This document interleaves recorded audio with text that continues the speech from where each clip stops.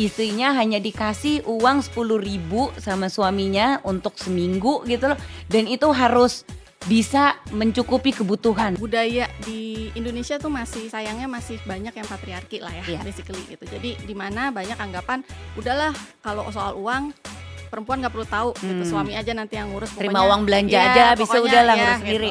Kalau dulu tuh aku cita-citanya pas sebelum kawin itu adalah kayak pokoknya punya suami punya duit sendiri, aku punya duit sendiri, tapi duit aku Iya. gitu, duit suami duit aku. Di dalam kondisi dimana kita sudah mulai merasa tidak aman ataupun kayak tidak happy dengan kondisi, tapi kita tidak bisa lari kemana-mana. Oke. Gitu. Amit-amit ya, ada apa-apa atau bagaimanapun perempuan tuh tidak punya kontrol baik itu mengatur keuangan dan apalagi ditambah lagi tidak mempunyai income gitu loh.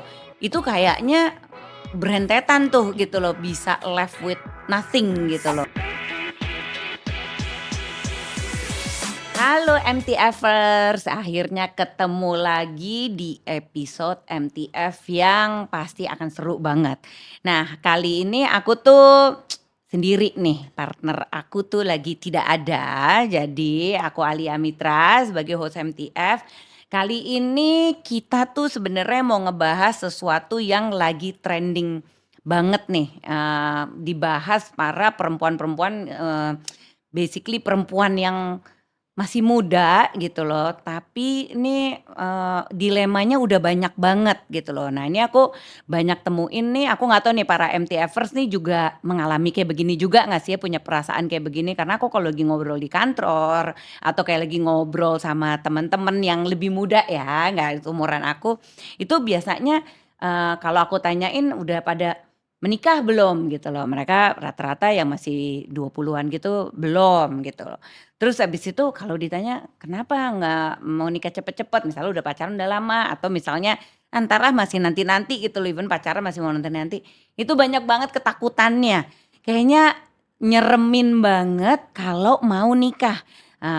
Aku nggak tahu ya di sosial media tuh kayaknya banyak lah gitu loh, marriage itu tuh sulit banget dari nanti tuh ngurus anak, ngurus suami yang demanding, ngurus mertua lagi belum gitu loh.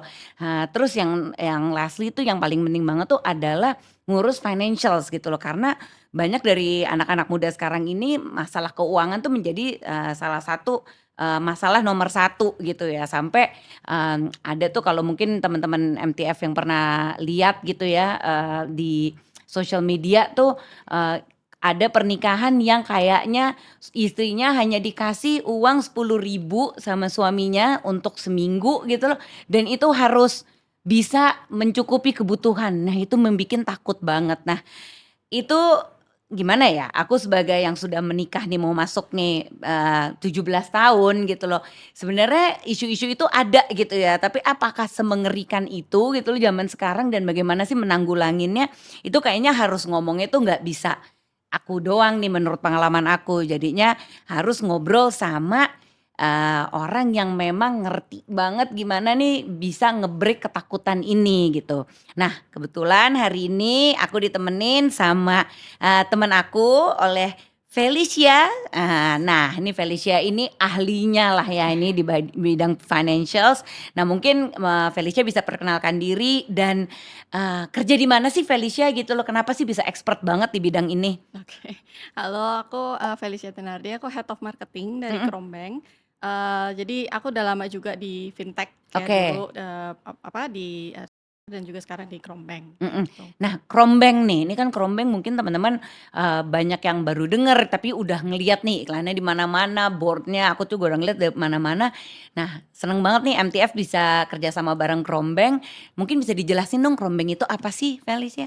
Jadi Krombank itu adalah digital banking. Jadi Mhm. kita itu baru meluncurkan digital banking Krom itu di tahun 2023 Oke. gitu. Tapi sebenarnya banknya sendiri udah ada dari 1957. Oke, Jadi kita oh udah lama gitu. banget. Dulu di Oke. Bandung kita kantor Oke. pusatnya, kemudian baru-baru ini kita pindah ke Jakarta dan ngeluncurin digital banking Krom gitu. Oke, digital banking ya. Ini berarti Mhm. udah mudah banget lah. Ini Sudah model yang kalau pasti. digital tuh kan buka account langsung di online kan, Yes. pakai apps dan Yes, lain-lain. 100% Oke. digital jadinya. Ini Gen Z banget lah gitu ya, Gen Z dan milenial. Iya Yes, bener nggak betul targetnya? sekali, yes. Oke, seperti jutaan penonton MTFers kok ini.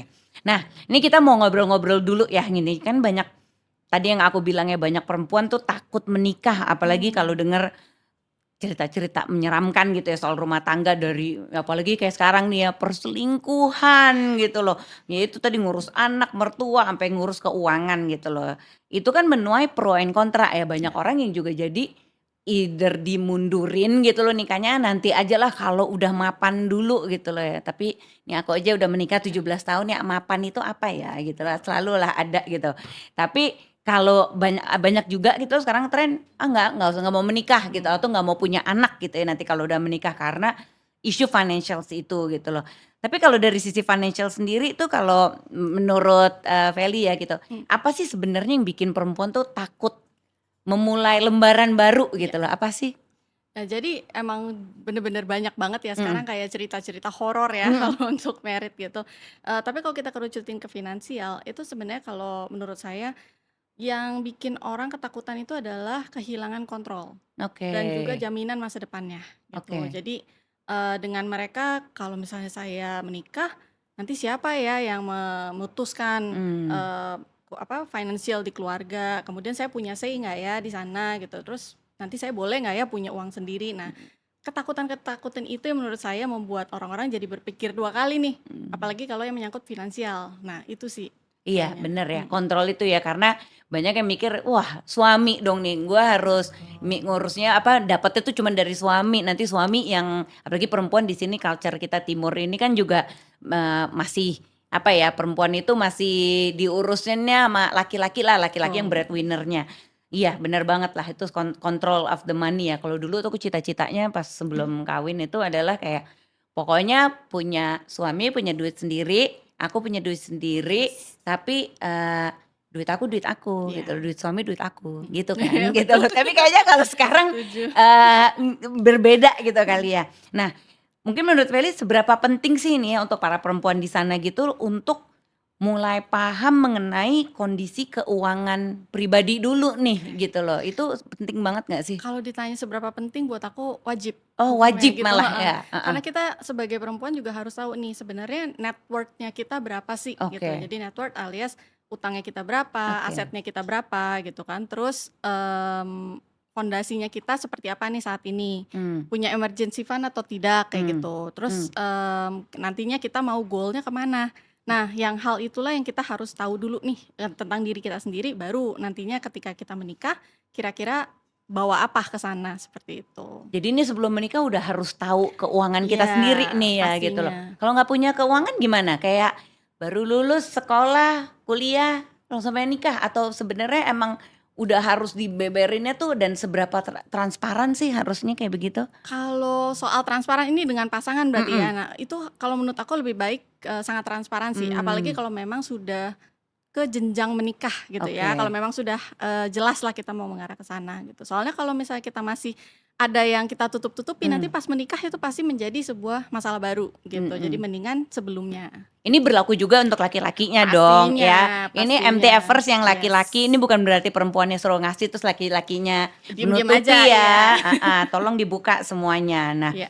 ini, menurut Feli juga gitu ya, kenapa sih banyak perempuan yang belum nyaman gitu loh ngomongin keuangan? Karena aku tuh kalau di, MTF dan aku ketemu mungkin, dari seller woman juga gitu loh dari, community kita tuh, banyak tuh mereka tuh nggak nyaman gitu loh kalau ngomongin keuangan tuh, eee, ada sungkannya, takut Mhm. berasa kayak minta-minta gitu ya, ada yang agak berasa ada yang berasa juga kayak ini tuh, harus gue tuh apa harus mandiri, harus kerja sendiri, punya duit sendiri atau gimana sih gitu loh. Kenapa sih menurut Feli gitu loh sebelum apa ya, menikah itu even even kalau udah menikah ya, perempuan tuh susah gitu loh ngomongin Oke, buka-bukaan gitu ya masalah. tentang uang. Menurut aku sih kayak ada 2 hal nih Mmm, yang bikin kita agak-agak ragu gitu untuk membahas soal keuangan dengan mhm, pasangan gitu. Yang pertama, budaya di Indonesia tuh masih sayangnya masih banyak yang patriarki lah ya iya, basically gitu. Jadi di mana banyak anggapan, udahlah kalau soal uang perempuan nggak perlu tahu gitu, mmm, suami aja nanti yang ngurus terima pokoknya uang belanja aja ya habis itu pokoknya udahlah ngurus ya gitu, sendiri, heeh, heeh, kayak gitu. Jadi ada kayak, oh ketakutan kalau kita, diskusi seperti itu nantinya udah pasti disuruh, udah biarin Mmm. aja gitu. Terus yang kedua itu takut di-judge. Karena Mmm. kalau misalnya kita dikit-dikit kayak kita misalnya lagi mau ngomongin keuangan, itu kayak, "Lu matre ya? Kok lu peduli Iya banget ya sama bener. material?" Gitu, kayak gitu. Yang 2 hal itu sih yang menurut aku kayak membuat perempuan agak takut ya untuk memulai diskusi itu Iya gitu. iya. Mhm. Tapi itu ya perempuan itu tuh kalau di kita itu ya bener, dianggap matre itu paling penting gitu loh. Iya. Kayaknya perempuan ketika mau mencari pasangan yang mapan atau menunggu mapan tuh kayak, "Oh matre banget sih lo," gitu loh. Karena laki-laki kan kayaknya nggak ngelihat itu gitu ya. Betul. Mungkin yang melihat kayak, oh perempuan, ini bener nggak ya MT-Evers mungkin dibenerin, cuman aku merasa kayaknya laki-laki nggak ngelihat perempuan mapan dulu baru dikawinin Iya. gitu loh, ya kan. Dia Yes. ngelihatnya pasti kayak, oke ini udah cukup dewasa, terus habis itu bisa mengurus rumah tangga, punya apa, responsible, bisa nih dinikahin. Tapi kalau perempuan kan ngelihatnya mapan dulu gitu loh. Betul, iya. Itu salah nggak sih kalau ngelihat mapan dulu? Sebenarnya kalau dibilang salah mungkin enggak ya. Jadi Heeh. karena kita tetap harus tahu nih apakah ketika kita menikah, eee, bukan dianggap tuh, oh cuma lelaki doang yang harus mapan gitu. Mmm. Kitanya juga harus sudah cukup dengan diri kita sendiri, punya keuangan gitu. Jadi Mhm. baru laki-laki itu membawa kemapanannya untuk, rumah tangga, gitu. Mmm. Jadi kalau menurut aku sih seperti itu ya. Iya, itu Heeh. bener loh. Kitanya harus mapan dulu juga, baru tambahin lagi kemapanannya laki-laki untuk rumah tangga. Setuju banget tuh. Nah, ini mungkin kalau kita ngomongin lagi tentang tanggung jawab laki-laki lah ya, let's say ini kan di sini perempuan semua ya gitu loh. Jadi kita, bisa kontrol the conversation gitu loh. Kalau urusan uang nih kita selalu bilangnya kan, tanggung jawab laki-laki Iya. gitu ya, mostly seperti itulah ya. Nah, ini masih kuat nggak sih pandangan kayak gini di culture sini atau kan kalau sekarang ini kan juga banyak yang, rumah tangga itu double income gitu loh, Yes. udah nggak bisa, ya laki-laki doang gitu loh. Karena ini lucunya dulu ya itu sebelum aku menikah aku diajarin tuh sama orang tua aku, mama aku tuh kan nggak bekerja gitu ya, jadinya dia selalu bilang, "Ya udah pokoknya kamu kerja tuh hanya untuk seneng-seneng Iya. gitu loh, untuk, Hobi. kesenangan heeh, hobi kamu aja gitu, tapi semua keuangan dari laki-laki." Tapi kalau ngelihat dari kebutuhan sekarang gitu ya mungkin Iya. beda sama zaman dulu, harus double income nih apalagi udah punya anak dan lain-lain, kebutuhan yang lain itu udah harus double income. Jadi itu sekarang ini menurut Feli, tanggung jawab utama laki-laki memegang keuangan tuh masih berlaku nggak sih? Nah, kalau menurut aku kayak budaya itu masih kuat banget nih Oke. sekarang kan di Indonesia, di mana ya udah kalau misalnya, keuangan ya laki-laki yang cari gitu dan menurut aku sebenarnya itu menjadi sebuah comfort zone buat Mmm. kedua belah pihak karena yang si cowok merasa tervalidasi, merasa dia, yang bisa me-manage rumah tangga, kalau perempuannya lebih anggapannya kayak, ya udah gitu, itu Mhm. saya nggak urus deh kalau uang ya pokoknya, suami saya aja gitu. Mhm. Jadi sebenarnya ada comfort zone itu, tapi memang karena sekarang di tahun sekarang kan kita udah seperti yang tadi bilang ya, biaya hidup udah makin tinggi gitu, kemudian juga tuntutan di kehidupan juga semakin susah lah gitu. Jadi memang double income is a must juga nih kalau Mhm. kita bisa lihat gitu kan. Nah, terus kalau misalnya kayak, siapa sih yang harus me-manage Mhm keuangan di rumah mhm tangga gitu, mhm. apa emang bener-bener laki-laki? Kalau menurut saya sih itu bukan perihal gender ya. Mmm. Jadi kalau misalnya masalah keuangan itu harusnya lebih ke manajemen.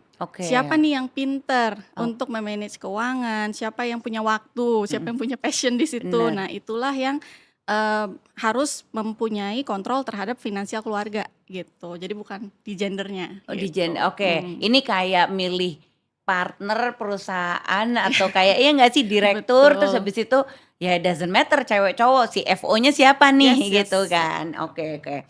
Nah, tapi ini aku juga ini pengalaman ya, ini dari pengalaman hidup dan pengalaman, teman-teman sekeliling juga gitu loh. Banyak tuh perempuan tuh nggak punya kontrol lah gitu Iya. ya terhadap keuangan setelah menikah gitu loh.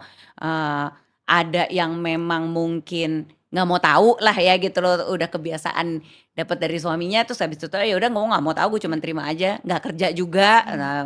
nggak kerja mungkin bisa pilihan, bisa juga suaminya bilang, Tidak "Ya boleh. jangan dong," gitu loh. Nah, itu tuh ketika perempuan tidak punya kontrol gitu ya, aku tuh ngelihat banyak jadi dampak negatifnya tuh di perempuan gitu Yes. loh. Jadi ketika Nah, amit-amit ya, ada apa-apa atau bagaimanapun perempuan tuh tidak punya kontrol baik itu mengatur keuangan dan apalagi ditambah lagi tidak mempunyai income gitu loh. Itu kayaknya berentetan tuh Ya, gitu loh, bisa left with nothing gitu yes. loh. Bener nggak sih, setuju nggak sih gitu loh Melika? Karena aku ngelihat nih banyak banget nih yang kayak begini Yes, gitu. setuju banget sih. Mhm, Soalnya yang pasti impact pertamanya itu kalau yang aku lihat, ada pada dampak emosional, mmm. gitu. Jadi, banyak terjadi yang kita dengar-dengar sekarang tuh financial abuse, Iya, gitu financial kan. abuse Heeh, sekarang, jadi bukan cuman emotional abuse, iya, KDRT yang betul. main tangan gitu Iya, ya? jadi Oke. karena financial abuse ini tapi kan juga ke emosional ya Iya Indian gitu. iya, Jadi mentalnya si wanita ada misalnya mungkin ketakutan atau mhm mungkin jadi rendah diri. Nah itu mhm. sih kalau aku lihat yang impact-nya paling besar ya kalau misalnya terjadi hal-hal yang kita tidak inginkan itu gitu. Jadi kalau tadi kita ngomongin sedikit financial abuse, itu tuh ciri-cirinya kayak gimana sih orang in a relationship yang punya menghadapi financial abuse, apa sih ciri-cirinya? Karena orang suka mikir kan soalnya banyak rumah tangga ketika lagi baik-baik aja, lagi harmonis aja, dia nggak tahu juga, nggak sadar kalau lagi di-abuse gitu loh. Nah, itu gimana tuh, apa ciri-cirinya sih financial abuse? Biasanya memang orang mungkin tidak sadar ketika dia sedang berada Mmm, di kondisi tersebut gitu. Tapi kalau misalnya kita bisa mengambil waktu ya, terus kemudian kita, sedikit kayak introspeksi lah mmm, gitu. Ini, di dalam kondisi di mana kita sudah mulai merasa tidak aman mmm, ataupun kayak tidak happy dengan kondisi, tapi kita tidak bisa lari kemana mana oke. gitu. Dan itu alasannya karena financial. Nah itu yang Oh, kalau buat aku itu adalah financial abuse gitu, oke. di mana, ada orang lain yang memegang kontrol terhadap finansial sehingga mereka memutuskan sesuatu untuk kita, gitu. Jadi Oke. kitanya tidak mempunyai suara, Iya seperti iya itu sih iya. kalau Dan itu pandangan aku. bisa ini ya, bisa bertahun-tahun nggak berasa dan berasain tiba-tiba udah Sudah jalan berapa ya, lama gitu iya, ya, dan sudah oke. dalam kondisinya lumayan ekstrim jadinya gitu. Oh, oke. Iya, Itu banyak agak terjadi, seram. heeh, Iya, itu serem ya, banyak terjadi dan aku juga ngeliat tuh banyak perempuan-perempuan tuh juga jadi trap gitu loh. yes, Mereka nggak tahu harus memulai dari mana, mau keluarnya gimana.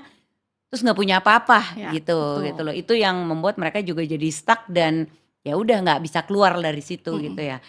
Nah, oleh karena itu nih ya, ini kita, berusaha meng-empower lah nih ya para MTFers di sini, ya jangan gitu loh. Jadi memang mungkin ketakutan tadi aku bilang, "Oh menikah tuh takut." Sebenarnya bukan masalah ketakutan mau menikahnya, sebenarnya dari awal udah harus punya disiplin untuk betul, keuangan sendiri juga gitu iya, ya, untuk mapan diri sendiri gitu loh. Bukannya menikah itu jadi solusi iya, financial betul juga kan sekali, sebenarnya yes, ya, syukur dapat sultan ya, tapi kan bisa jadi financial abuse juga iya gitu dapat betul, sultan ya iya kan. iya, Nah, nih sekarang ini kan mulai nah perempuan especially mungkin di kota-kota besar lah ya mhm, gitu ya. Sekarang banyak perempuan yang mulai sadar, pentingnya financial independence gitu loh. Banyak, perempuan-perempuan tuh menjadi entrepreneurs gitu loh. Kayak di community kita di Stellar Women tuh juga we have thousands of, women entrepreneurs dan women leaders juga yang udah ngerti banget lah sebagai ngurusin financials. Nah, langkah pertama deh gitu mhm. ya untuk, para perempuan ini yang perlu dilakukan gitu loh untuk dicapai gitu ya sebelum mereka menikah lah let's say gitu Ya, ya, karena kita lagi ngomonginnya tuh ke jenjang berikutnya. Itu apa sih yang mereka perlu terapkan gitu financially? kalau, yang pertama menurut aku mereka harus manage utang konsumtif dulu nih gitu Oh kalau utang punya. konsumtif? Utang Ya, konsumtif apa? Kredit card gitu? mungkin lebih ke, pengertian bahwa hutang ini dipakai untuk happy-happy gitu, untuk Ah, yang tidak mempunyai nilai lebih lah gitu oke. nah itu yang. Healing tuh anak-anak sekarang healing itu, termasuk nggak itu konsumtif? Nah, kalau dibilang konsumtif tergantung lagi nih, kalau Heeh, healing di sini misalnya mereka, buang-buang uang, tapi terus tidak dipikirkan lagi nih, "Oh, abis ini terus saya gimana ya supaya oke. ke depannya," gitu. Heeh Tapi heeh. kalau misalnya mereka memang sudah menabung dari awal, kemudian healing, nah itu Oke. tidak menjadi konsumtif, Oke. jatuhnya seperti itu. Itu wise loh kalau aku tuh udah bilang itu healing konsumtif. Aku kalau mau lagi ngobrol sama tim aku gitu loh kayak aku mau healing dulu nggak usah gitu loh libur aja tidur di rumah. Iya, soalnya Oke, kalau healing itu kan memang pengertiannya beda-beda ya, jadi ya ya ya, gitu. Terus kalau yang kedua itu bangun fondasi, itu yang oke, paling penting sih. Jadi kan biasanya kita dengar, oh kamu harus punya dana darurat 6 bulan sampai 12 bulan gitu, itu mhm. idealnya kayak gitu. Tapi kalau kita nggak mulai, mau sampai kapan nih kan Mmm, mencapai 12 bulannya, jadi mmm, mulai aja dulu, kita bangun fondasinya pelan-pelan, mau yang cuma punya 1 bulan dana darurat pun udah oke gitu. oke, Jadi bangun fondasi. Terus nanti kalau fondasinya udah kuat, baru kita mulai investasi oke. gitu. Nah, jadi Jadi step-nya itu ya, betul. Jadi oke. ya satu-satulah kita coba jalankan dulu Oke gitu. oke Mhm. oke. Ini soalnya susah banget ya nggak jadi konsumtif, apalagi nih akhir tahun nih, Betul. banyak sale Yes. kayaknya, itu bukan konsumtif jadi ini saving Iya. loh gitu loh dengan belanja ini saving itu enggak ya itu konsumtif ya tetap ya? Itu ada konsumsi. Oke. Nah ini banyaknya platform digital lah ya termasuk kayak, Yes. Krombank nih digital banking gitu loh. Harusnya kan jauh lebih mudah ya kalau Mhm. zaman dulu ya aduh ini gue tua banget ya, belum ada tuh digital banking kan bener-bener harus datang gitu loh ke banking, terus habis itu ya biasanya kita kalau mau beli, sesuatu untuk investasi dan lain-lain tuh nggak segampang itu juga, Iya. nggak bisa pakai apps lah ya harus kayaknya ada manajemen pakai RM-nya terus Yes. nanti dia yang akan melakukan bantuin kayak Iya. begitu-begitu jadi, eee, rely on people banget lah dan effort lah gitu loh. Nah ini gimana sih dengan dunia digital sekarang ini sebenarnya untuk ngatur dan untuk tadi ya berinvestasi itu harusnya lebih gampang nggak sih? Yang pasti lebih mudah sih karena lebih Mhm, praktis kan. Jadi mmm, kita bisa, akses kapan aja, kemudian juga kita bisa akses sendiri gitu dan kita bisa melakukannya sendiri. Jadi udah pasti lebih, gampang lah buat mhm. dilakukan kayak Dan gitu. produk-produknya itu juga cukup lengkap dong ya kalau misalnya digital tuh kayak apa sih kayak, kalau tabungan oke, kalau, eee, ini apa deposito Iya. gitu loh, itu juga bisa gitu loh Deposito dari situ? langsung bisa buka juga. Oh Kalau gitu? dulu kan kalau zaman dulu kita Iya. harus ke bank, Terus terus dapat ditulis itu, ya dapat apa sih, slip, dapat slipnya ya slipnya Allah, nggak boleh nggak hilang. boleh hilang, Iya. bener banget. Kalau Oh ditutup sekarang tuh nggak kayak gitu? sekarang udah, jadi langsung tinggal diklik di, aplikasinya langsung buka Oh aja gitu. gampang Jadi dong. gampang banget, terus bisa dipilih sendiri gitu. Kan kalau dulu kan, yang namanya deposito benar-benar terbatas ya, Heeh. pokoknya tenornya 1, 3, 6 gitu Iya kan. Terus bener, bunganya ya udah ini gitu. Nah heeh. kalau kalau di Chrome gitu ya, kita ada tenor harian. Oh gitu? Jadi ada 14 sampai 365 hari. Jadi orang bisa pilih Oh, misalnya saya mau bayar kartu kredit di hari ke-22 nih, ya udah saya buka deposito sampai 21 hari aja, itu waduh, bisa gitu. Jadi gampang ini banget sih gampang kalau banget loh, sekarang. beneran biasanya kan Iya, tenor 1, 3, 6, 6. 1 Iya tahun gitu betul, kan. Oh iya, gitu, wah menarik banget. Ini beneran menarik, aku tertarik gitu loh jadinya. Terus kalau untuk investasi juga gampang gitu pilihannya gampang. Jadi segala? memang Oke. kalau sekarang sih Krombank memang baru ada tabungan sama deposito, tapi kan ke Oke, depannya nanti kita akan terus menambahkan tambahin produk itu. Itu investasi. deposito Mhm, kayak begitu aja itu oke banget mhm loh gitu mhm. loh, gampang banget nih. Udah nggak ada dong kalau bisa mainannya sosial media ya, Iya, berjam-jam coba deh bukanya tuh aplikasi yang lain, bukan nontonin orang joget sama gosip perselingkuhan aja gitu loh. Jadi bisa tapi kalau MTF harus ditonton ya, kalau yes, MTF tuh harus wajib ditonton. juga. Itu ini wajib karena dapat informasi dan hiburan gitu loh.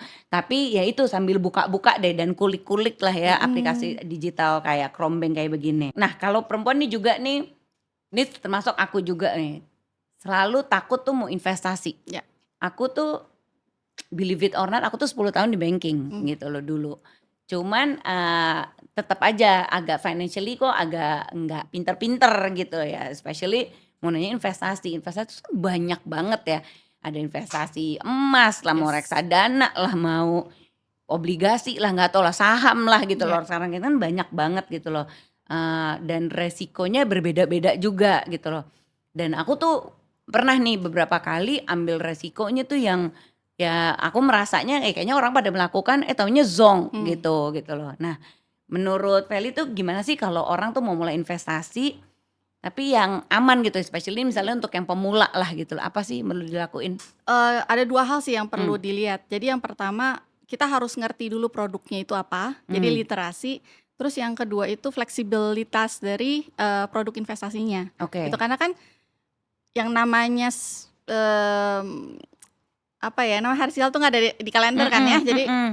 kita butuh uang itu kadang-kadang bener-bener mendadak. Jadi Iya harus bener, bisa fleksibel nih ketika heeh, kita harus investasi, liquid gitu betul, kita kan. harus bisa mengerti likuiditas dari si investasinya itu seperti Oke, apa. Nah, jadi kalau yang pertama untuk literasi sendiri mulai dengan yang aman dulu. Nah, aman ini artinya apa? Rendah resiko. mmm, Jadi di mana misalnya bunga ataupun return yang kamu dapat itu kamu udah bener-bener tahu banget nih, udah mmm, pasti gitu dapatnya sekian. mmm, Terus berapa lama itu kamu harus investasi itu udah jelas juga.